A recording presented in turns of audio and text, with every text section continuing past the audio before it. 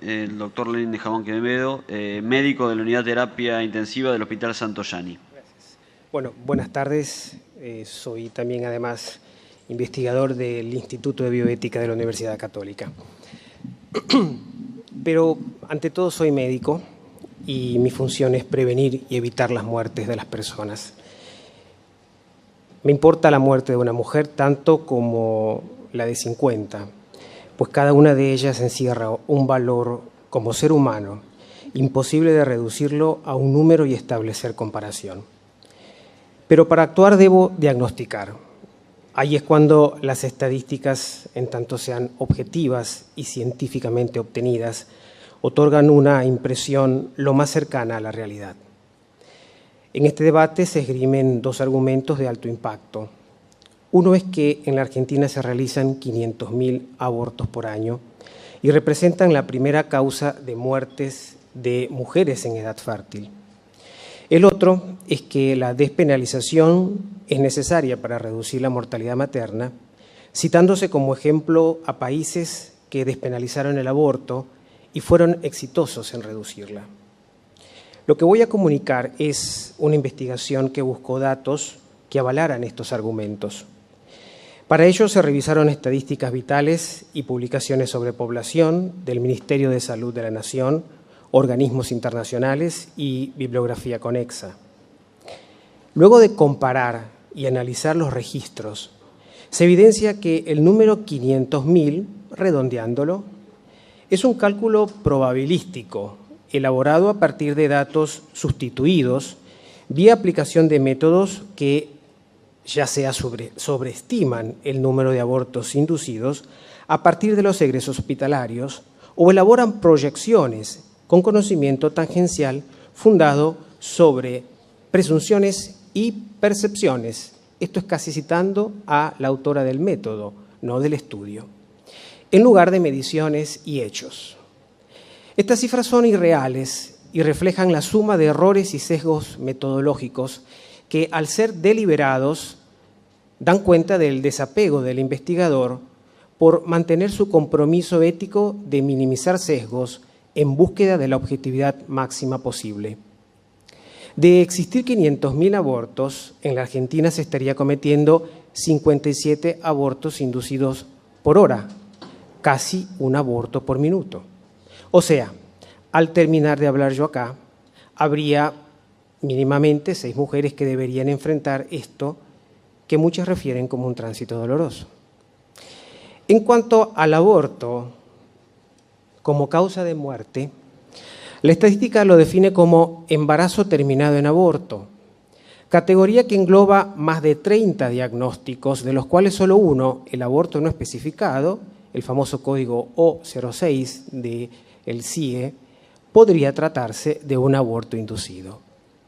Los datos muestran con claridad que entre las causas de muerte de mujeres en edad fértil, como ustedes pueden ver en la diapositiva, el embarazo terminado en aborto corresponde al 0.5% del total de fallecimientos y ocupa la posición número 40.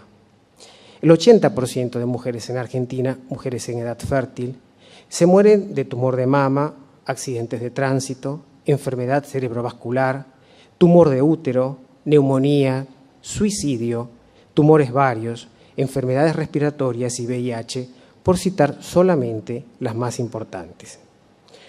Por otro lado, entre las causas de muerte materna, el embarazo terminado en aborto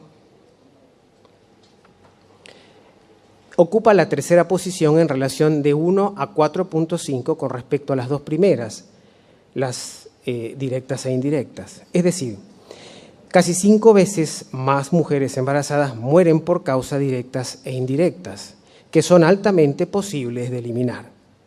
Estas personas fallecen fundamentalmente por eventos hipertensivos, hemorragias e infecciones.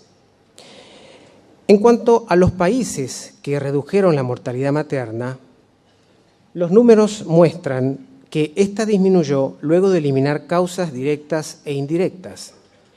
Ludon examinó la historia de 11 estados divididos en 3 grupos, hoy considerados desarrollados, y esquematizó 3 periodos. Un periodo previo a 1900 en el que se identificó el problema, eliminaron las causas y desarrollaron cuidados obstétricos accesibles. Un segundo periodo, a partir de 1900 hasta 1937, donde se mejoró la calidad de los cuidados y desarrollaron estudios de vigilancia, muy importante eso. Y un tercer periodo, a partir de 1937 en adelante, en donde la mortalidad presenta un descenso vertiginoso que se mantiene hasta la actualidad. Las cifras de los últimos 20 años de estos países que había agrupado Loudon en su estudio, la mayoría de ellos ya con aborto despenalizado, muestran una leve variación comparada con los periodos históricos de Loudon. Dicho de otro modo, antes de 1950, el descenso de la mortalidad materna para el grupo 1 fue de 55 puntos promedio versus 3.25 para el periodo 1920-2015. El grupo 2 fue de 29 versus 1 y el grupo 3 de 54 versus 4. La conclusión es obvia. Cuando comenzó a despenalizarse el aborto, y entre paréntesis están los años en que entraron en vigencia el aborto despenalizado, la mortalidad ya estaba sustancialmente reducida en estos países, desde hacía 20 años antes, como mínimo.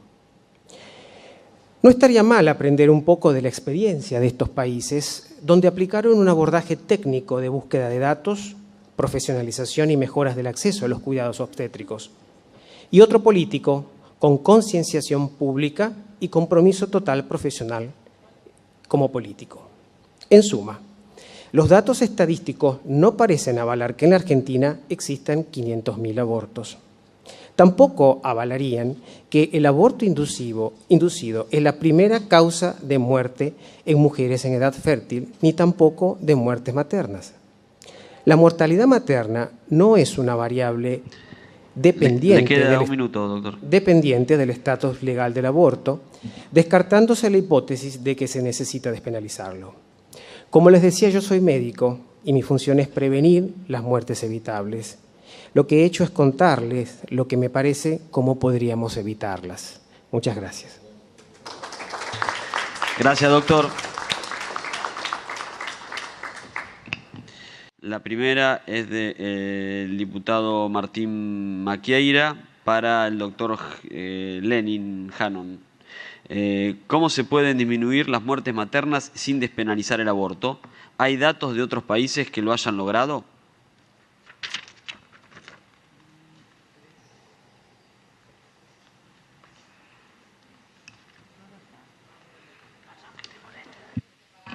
Ahí está. Bueno, el tema es que la despenalización del aborto y la mortalidad materna son dos cosas que van por su lado, no están dependientes unas de las otras. La mortalidad materna en el mundo está reduciendo en la Argentina ha bajado y en el resto del mundo también, muy pocos países es que está subiendo. Pero lo que nosotros podemos hacer es estudiar un poco lo que ha sucedido en otras partes del mundo, en otros países. Por ejemplo, un país que tenía el aborto despenalizado desde hace muchos años, como Polonia, que en un momento creo que alguien lo citó, ha tenido idas y vueltas con las liberalizaciones y las restricciones. Entonces, uno puede darse cuenta de que la mortalidad de Polonia ha ido desde 17 muertes de mujeres por 100.000 nacidos vivos, ha bajado a 3, que es la mortalidad actual. Y sin embargo, el aborto, el número de abortos ha ido desde 10.8, bajó a 0.04 y después subió nuevamente. O sea que cursan curvas completamente distintas, no tiene nada que ver lo uno con lo otro. Eso está completamente demostrado que no son variables dependientes. Tenemos que hacer una diferenciación entre que puede haber algún tipo de correlación, pero la correlatividad no es causalidad. Hay que ser concretos en las estadísticas. Una pregunta para el doctor Lenin, del diputado Sleret. Dado que su ponencia se basó en la transmisión de datos estadísticos, ¿qué opinión le merece la cifra de 500.000 abortos anuales en la Argentina? El método para inferir dicha cifra y las conclusiones que de esa cifra se infieren. Yo creo que expliqué Sobre el método, me parecía que está claro que ese es un número que no existe, es un número apócrifo. El método no es un buen método, es un método que sobreestima los abortos inducidos a partir de los egresos hospitalarios y elabora proyecciones de acuerdo a conocimientos tangenciales e incluso cito las palabras de Sushila Sai, que es la creadora del método, que en Latinoamérica el método está fundamentado porque los que opinan, sus opiniones están basadas en presunciones y percepciones en lugar de mediciones y hechos. Por esa razón las cifras no reflejan la realidad. Además que tiene muchísimas objeciones desde el punto de vista ético, porque no se han esmerado los investigadores, el método estoy hablando, de minimizar los sesgos y los errores para tratar de ser lo más objetivo posible. Bueno, para el doctor Lenin, de parte de la diputada Mayra Mendoza. ¿Cómo sostiene que el embrión es persona si el artículo 40 de la ley 26.413 prevé un certificado de defunción fetal para quien nace sin vida? Si fuera una persona tendría que tener uno de nacimiento y otro de defunción. ¿Es un tema de medicina legal? O sea, es un tema de medicina legal. Perdón, yo no me refería al respecto. Hablé de estadísticas, no hablé de la condición de persona, no del embrión.